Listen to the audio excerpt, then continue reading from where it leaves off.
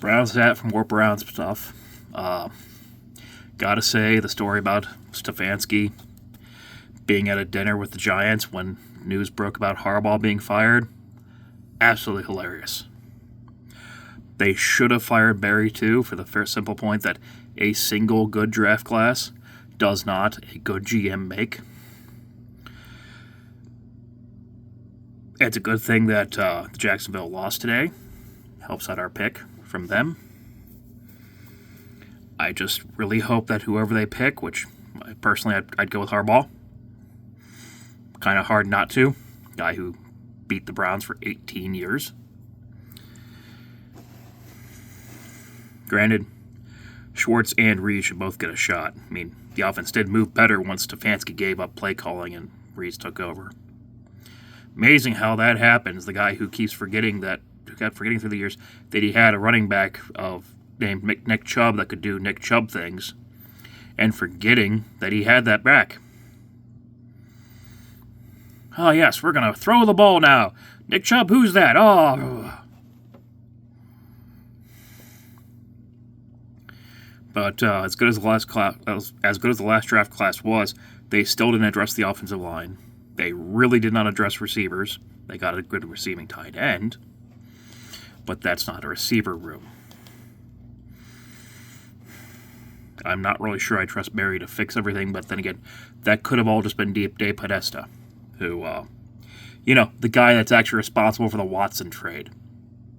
The guy who at the time of Baker being drafted said he didn't like the pick and wanted him gone.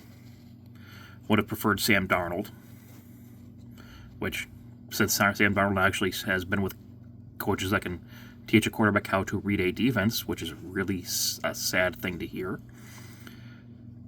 Because how can you become a head coach if you can't read a defense or teach someone to read a defense?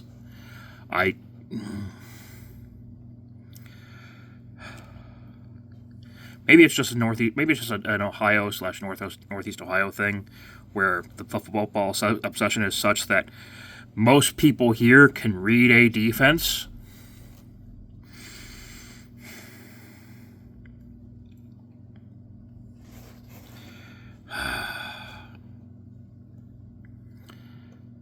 Yeah. The guy who went out of his way when the trade was made to point out that all Jimmy Haslam did was sign off on it after they convinced him on it.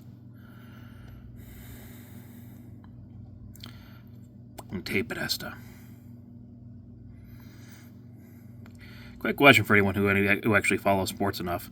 Have any of these small market teams doing Moneyball actually won anything? I mean, Boston obviously did the Moneyball principles to help them win another championship after they'd already broken the curse, their drought. But it wasn't what pushed them over the edge. They're already there. I guess I should say it is what pushed them over the edge because they were already there. I need to start scripting these before I just start rambling.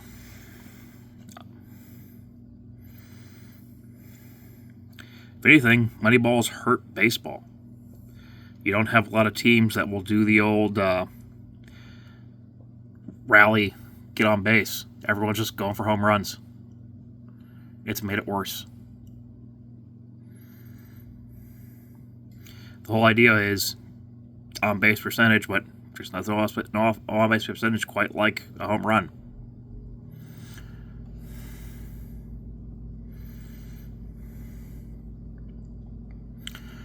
All right.